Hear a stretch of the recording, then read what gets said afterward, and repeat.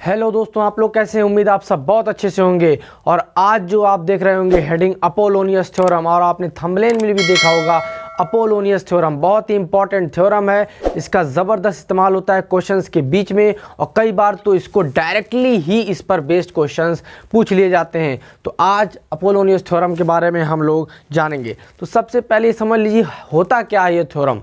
Apollonius theorem जो होती है वो ट्रायंगल के तीनों साइड्स को उसके मीडियन से रिलेट करती है। क्या होता है अपोलोनियस थ्योरम? ट्रायंगल की तीनों साइड को उसकी मीडियन के साथ उसको रिलेट करने वाली थ्योरम ही कहलाती है अपोलोनियस थ्योरम।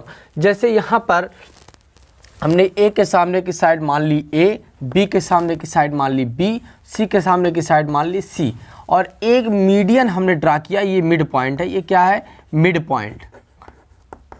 ये है आपका मिड पॉइंट ऑफ ए।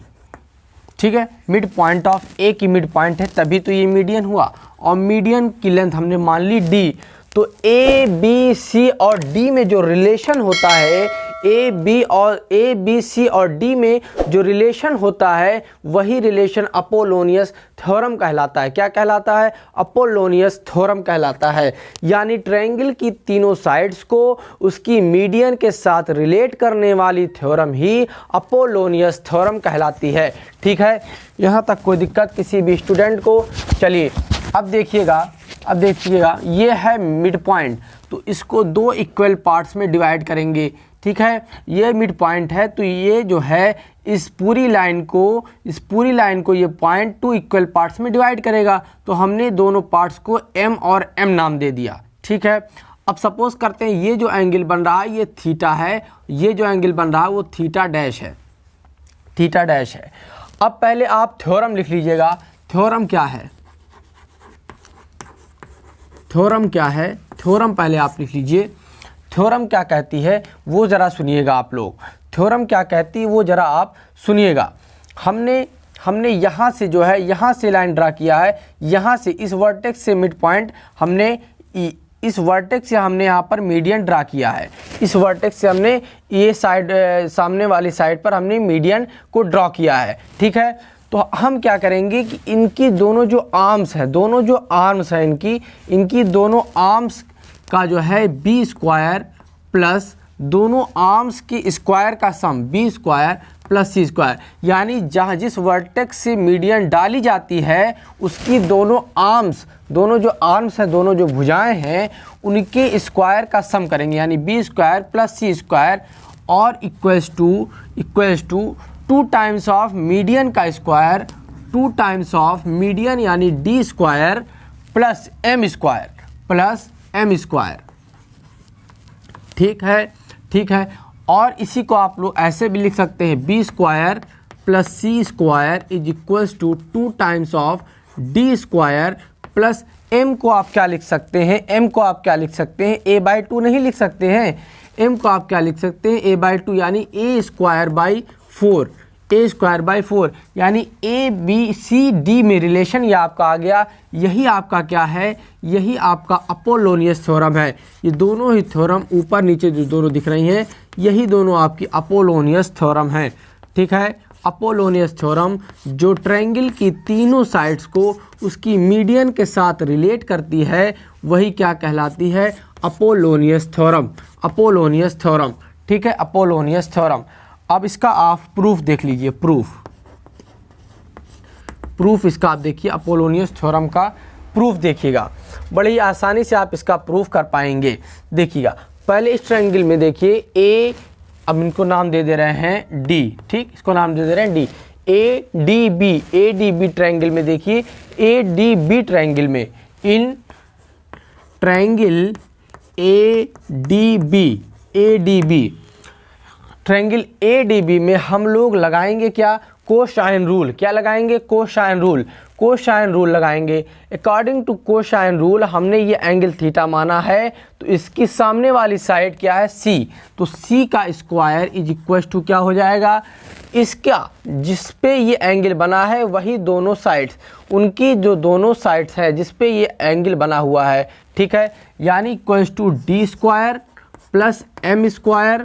ठीक, और minus 2dm cos theta, minus 2dm cos theta.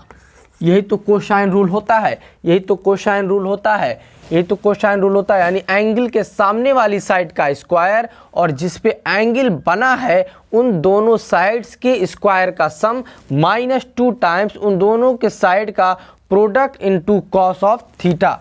भाई ये कैसे है? कोसाइन रूल,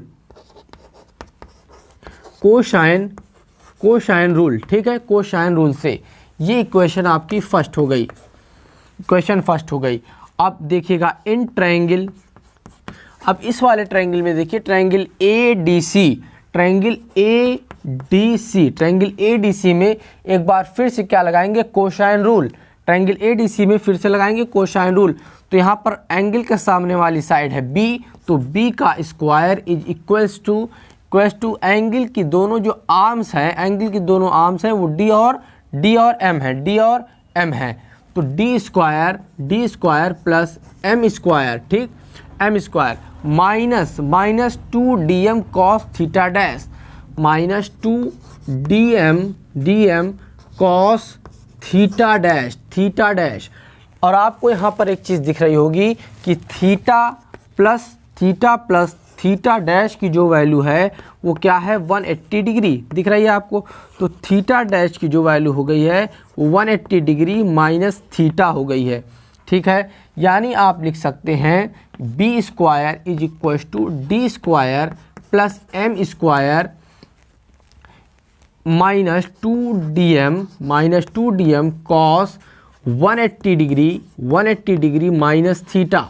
और cos 180 degree minus theta, cos 180 minus theta, minus cos theta होता है, यानी माइनस के बाहर चला आएगा और ये माइनस हो जाएंगे प्लस, माइनस हो जाएंगे प्लस। यानी B square is equal to D square plus M square plus 2dm cos theta. ये आपका हो गया equation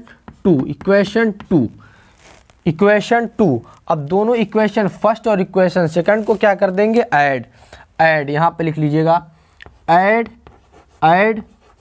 equation first and second, ठीक है। दोनों को ऐड करेंगे, इसको और इस इक्वेशन को ऐड करेंगे तो ये दोनों सेम है। देखिए प्लस माइनस कैंसिल हो गए, यहाँ पर क्या बचा? C स्क्वायर और B स्क्वायर, ठीक है। तो आप क्या हो गया यहाँ पर? B square plus C square is equals to, यहाँ पे D square plus M square, यहाँ पर भी D square plus M square, यानी 2 times of D square plus M square, ठीक है। यही तो आपकी रिक्वायर्ड इक्वेशन थी। यहाँ पर देखिए B square plus C square is equals to 2 times of D square plus M square.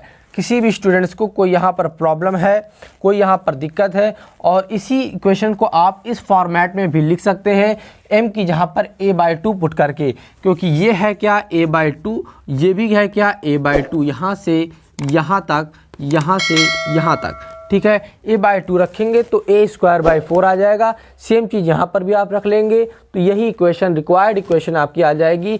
ये दोनों ही थ्योरम क्या है? अपोलोनियस थ्योरम है। उम्मीद है आपको सारी चीज़ें समझ में आ गई होंगी। देख लीजिए, स्क्रीनशॉट ले लीजिए, बहुत ही इंपॉर्टेंट है। क्वेश्चन के बीच में ज़बरदस्त तरीके से इस्तेमाल होता है, कई बार डायरेक्टली भी इस पर क्वेश्चन पूछ ले जाते हैं। उम्मीद है आपको सारी चीज़ें यहाँ पर क्लियर होंगी। और अगर आपको अच्छा लग रहा है, ये वीडियो समझ में आया हो तो लाइक, शेयर और सब्सक्राइब जरूर कीजिए। Thank you.